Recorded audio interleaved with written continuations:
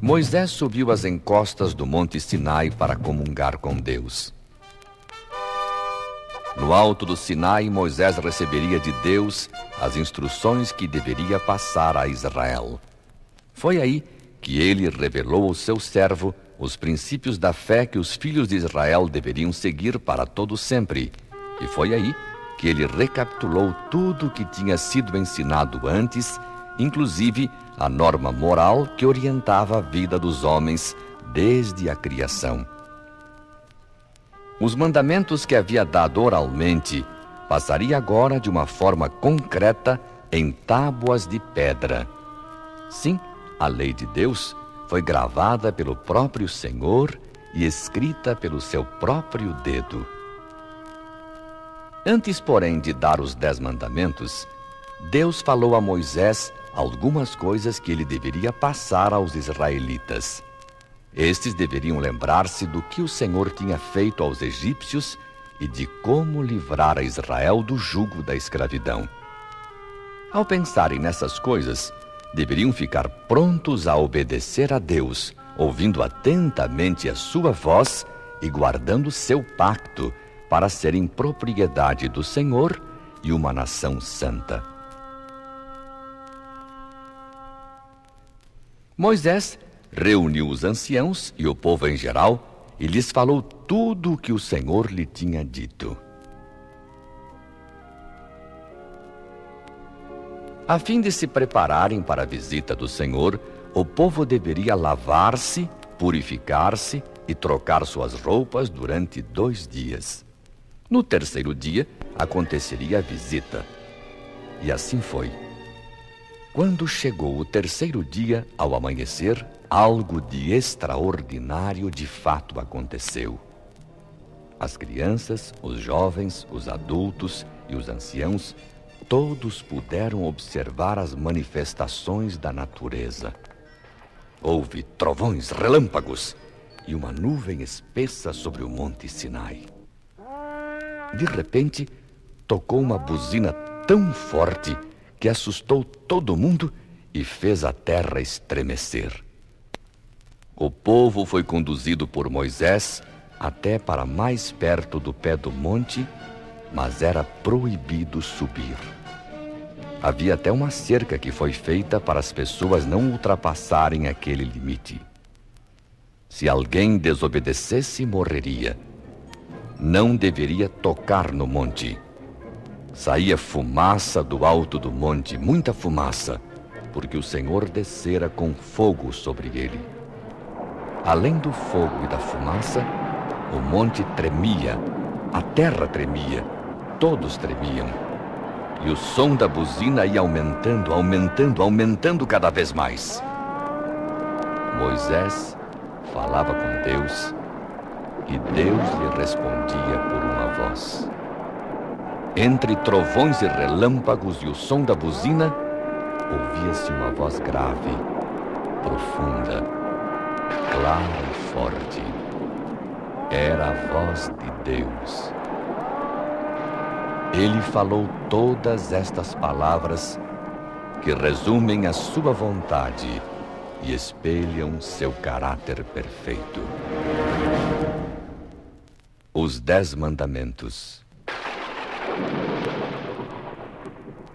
Primeiro, não terás outros deuses diante de mim. Segundo, não farás para ti imagem de escultura, nem alguma semelhança do que há em cima nos céus, nem embaixo na terra, nem nas águas debaixo da terra.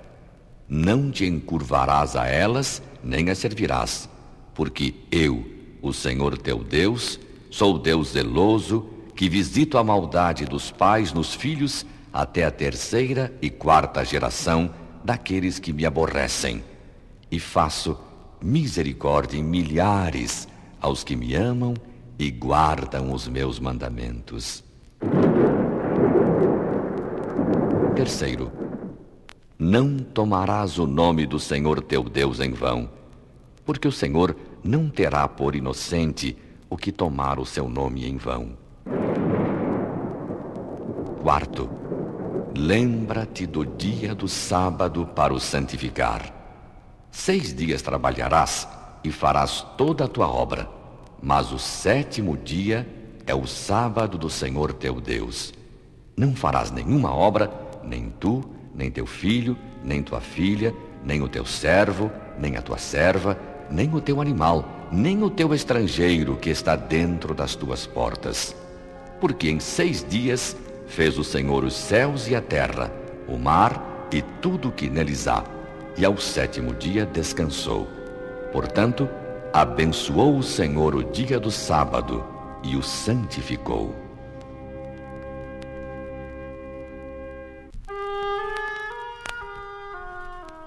Quinto,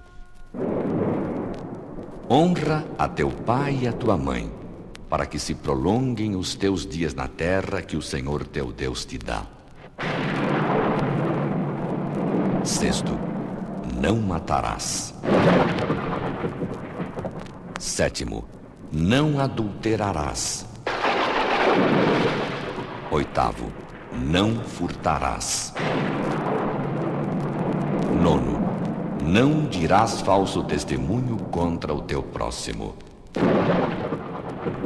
10º, não cobiçarás a casa do teu próximo, não cobiçarás a mulher do teu próximo, nem o seu servo, nem a sua serva, nem o seu boi, nem o seu jumento, nem coisa alguma do teu próximo.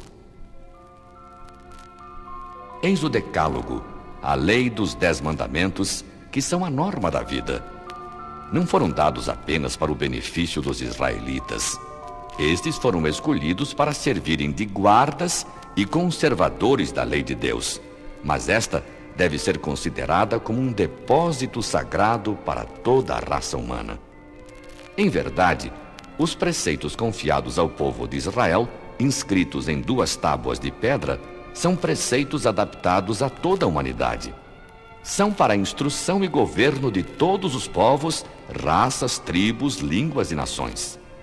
Como constatamos, trata-se de um resumo dos princípios de fé para crianças, jovens, adultos e anciãos. São 10 preceitos breves, compreensivos e plenos de autoridade. Os 10 mandamentos têm que ver com todos os deveres do homem para com Deus e para com os semelhantes. E o que é mais importante, todos eles são baseados no grande fundamento do amor. Alguém disse que o amor é o modo como Deus nos rege e que a lei é o modo como Deus nos ama. Como isso é verdade na experiência humana? Enquanto Moisés estava falando com Deus no Monte Sinai, lá embaixo alguma coisa desagradável acontecia no arraial. Eram alguns estrangeiros que procuravam influir no ânimo dos israelitas, lembrando do Egito, onde haviam participado da apostasia, afastando-se de Deus e dos princípios de sua palavra. Logo o mal se espalhou e a ideia de construir um ídolo foi aceita. Fizeram um bezerro de ouro, esquecendo-se do mandamento que proibia fazer ídolos ou imagens de escultura e adorá-los. O povo se contagiou com a idolatria e começaram a dançar e a cantar em volta do bezerro de ouro. Enquanto isso, Josué foi ao encontro de Moisés até a cerca que impedia a subida no monte e ali esperou o líder. Conversaram e Josué pôs Moisés a par do que acontecia. Era uma festa que Israel fazia semelhante às festas aos deuses egípcios. O tumulto do povo, a gritaria, verdadeira algazarra, deixaram os servos de Deus muito tristes. Depois de ter estado na presença de Deus, vivendo momentos inesquecíveis de santidade, ver aquela cena de idolatria e ouvir canções estranhas era demais para o servo de Deus. Ele não estava preparado para aquela cena. Decepcionado com seus liderados, cheio de ira por aquela manifestação de loucura, Moisés perdeu a paciência e resolveu lançar ao solo as tábuas da lei. Jogou-as com toda a fúria ao chão que elas se quebraram em muitos pedaços.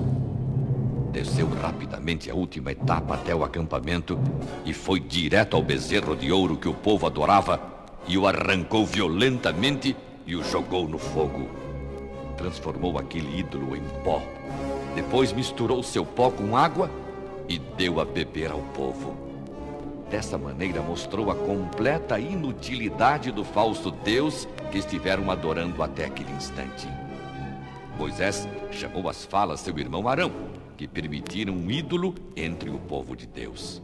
Não dava para entender isso. Tinham sido ensinados a adorar somente o Senhor e agora caem na idolatria? Os que estiveram à frente desse negócio de construir um bezerro de ouro foram punidos com a morte. Amargurado e triste com esse tipo de rebelião por parte de Israel, Moisés retorna à presença de Deus no alto do Monte Sinai. Vai falar-lhe, mas no caminho começa a pensar melhor no assunto, reflete e se preocupa com as pessoas que estão sob sua responsabilidade. Sente pena delas, comove-se, pensa que é dever seu fazer algo mais por aquela gente toda. Quando chegou no ponto de encontro com Deus, Moisés já tinha feito uma importante decisão em favor do povo e em defesa desse mesmo povo. Declarou: este povo cometeu um grande pecado, fazendo para si um Deus de ouro. Agora, pois, perdoa o seu pecado, ou se não, risca-me do teu livro que tens escrito. Esta atitude deixou bem claro seu interesse pelas criaturas que lhe foram confiadas. Era um pai para elas. Percebendo o amor de Moisés pelo povo e compreendendo sua corajosa atitude, o Senhor o conforta dizendo: vai, pois, agora, conduze este povo para o lugar de que te hei dito. Eis que o meu anjo irá adiante de ti. E escreveu de novo os 10 mandamentos e entregou as tábuas ao seu servo. Moisés desce novamente, carregando a lei de Deus, tendo seu rosto iluminado pela glória do Senhor. Todo mundo podia ver que ele havia estado deveras com Deus. Seu rosto brilhava intensamente. Todos os filhos de Deus que viveram realmente com ele, em todas as partes e em todos os tempos, hão de brilhar sempre e eternamente, refletindo a glória do Senhor.